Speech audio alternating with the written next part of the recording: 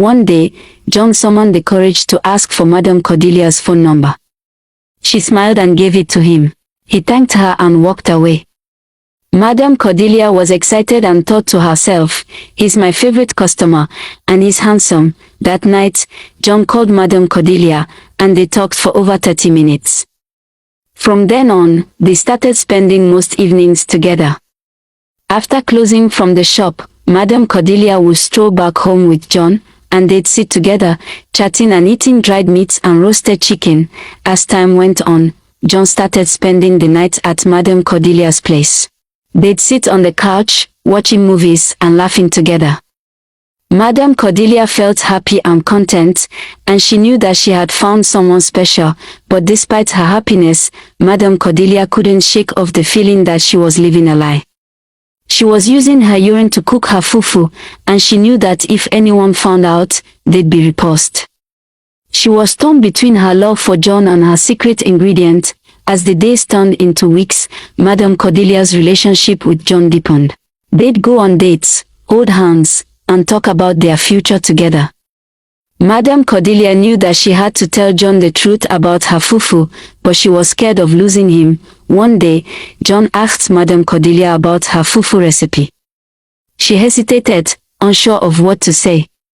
She didn't want to reveal her secret ingredient, but she also didn't want to lie to John. "I'll tell you someday," she said, smiling. "But for now, let's just enjoy the fufu." John nodded. And they continued to enjoy their meals together. But Madame Cordelia knew that she couldn't keep her secret hidden forever. She had to find a way to reveal the truth to John without losing him.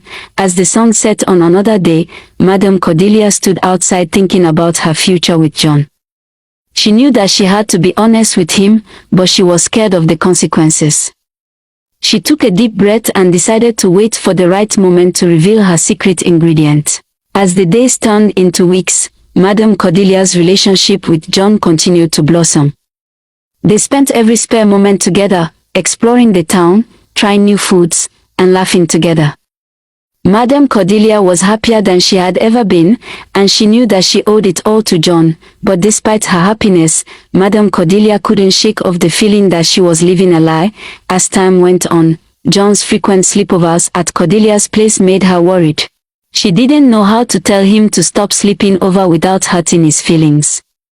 One night, they had a romantic evening, dancing and kissing. They were so exhausted that Cordelia overslept and forgot to urinate at dawn. When she woke up at 9 a.m., she panicked and quickly urinated, then prepared fufu for the day. John helped her carry the fufu to her shop, but to their surprise, there were no customers.